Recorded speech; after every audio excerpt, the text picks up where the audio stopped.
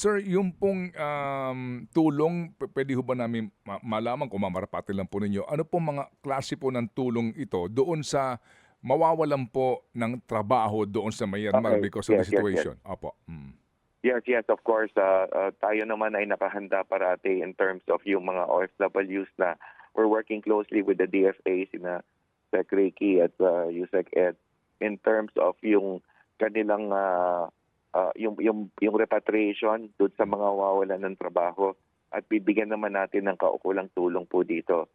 Sir Ted, we've done that dito sa mga war-torn areas sa Lebanon and other places, mhm. at nabigyan naman sila ng pantawid at training until sa makahanap sila ng trabaho muli. So yun din po ang gagawin natin dito. May financial assistance, mayroong offer ng upskilling or retraining, and then until we help them find jobs either here or abroad. Opo, opo. Yung pong mga manggagawa doon na biktima ng human trafficking, ang DMW ho Yes. ba meron din pong ano doon, meron din bang role dito po sa usapin po ng pagbibigay ng tulong?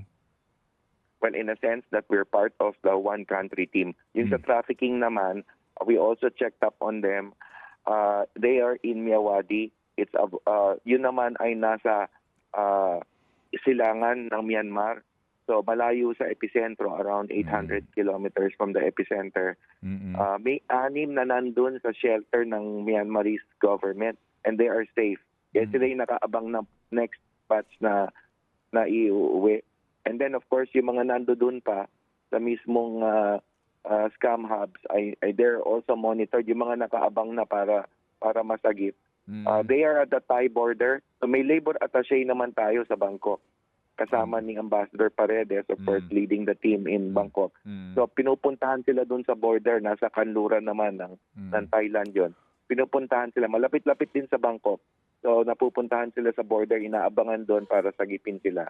Saluhin sila at dalhin sa Pilipinas. Opo. Sa Thailand po, sir, kumusta po naman so far itong particularly po sa Bangkok at ilang areas po na malakas ang pagyanig.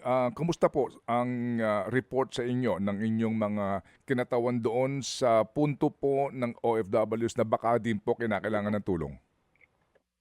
Sa Bangkok, handa rin kaming tumulong. So far, walang adversely affected. Walang lumalapit sa amin na humihingi ng tulong, in a sense na nawalan sila ng tubig o pagkain o tirahan. Pero nakahanda naman tayong tumulong. May mga hotlines po yung ating MWO doon sa ating sa Bangkok para dumulog naman po yung mga kababayan natin. Pero so far po, wala pa hong humihingi talaga ng tulong, sir, so far? Wala. Ang huling ulat na natanggap ko, Sir Ted, nung isang araw, nung Lunes, nagkaroon pa ng aftershocks at naglabasan na naman sila sa building. But otherwise, wala tayong natanggap na adversely affected na tinatawag.